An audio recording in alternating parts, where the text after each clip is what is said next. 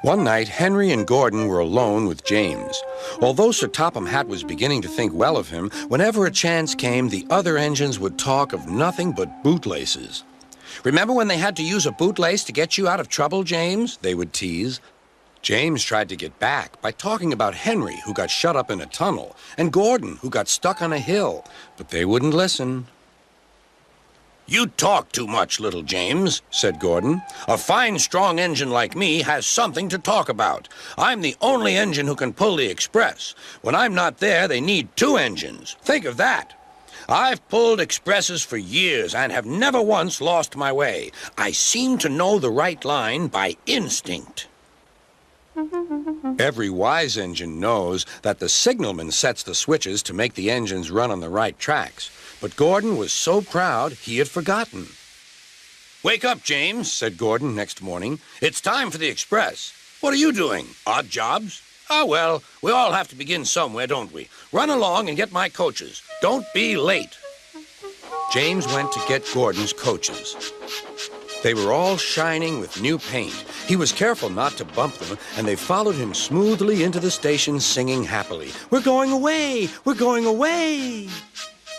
"I wish I were going with you," said James. "I should love to pull the express and go flying along the line." Gordon, with much noise and blowing of steam, got ready to back onto the train.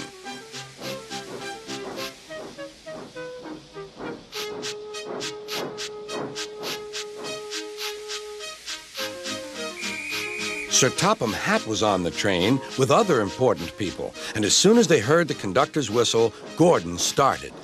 Look at me now," he puffed, and the coaches glided after him. "Boop, boop, boop, boop, boop. Goodbye, little James. See you tomorrow." James watched the train disappear and then went back to work. He pushed some freight cars into their proper sidings and went to fetch the coaches for another train.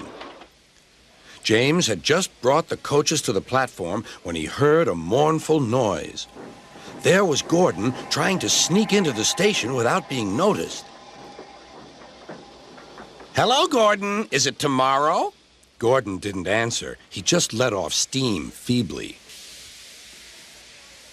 "Did you lose your way, Gordon?" "No, it was lost for me. I was switched off the main line onto the loop. I had to go all round and back again." "Perhaps it was instinct," said James. All the passengers were shouting at the ticket window, "We want our money back." Sir Topham Hatt climbed onto a cart and blew the conductor's whistle so loudly that they all stopped to look at him. Then he promised them a new train at once. "Gordon can't do it. Will you pull it for us, James?" "Yes, sir. I'll try." So James was coupled on and everyone got in. "Do your best, James," said Sir Topham Hatt. Come along," puffed James. You're pulling us well, sang the coaches. Hurry, hurry, hurry, puffed James.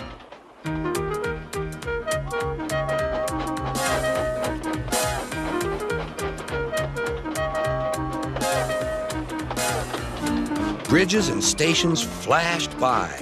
The passengers cheered, and they soon reached the station.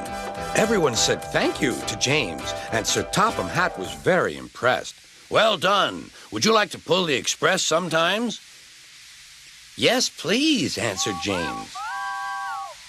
Next day, when James came by, Gordon was pushing freight cars.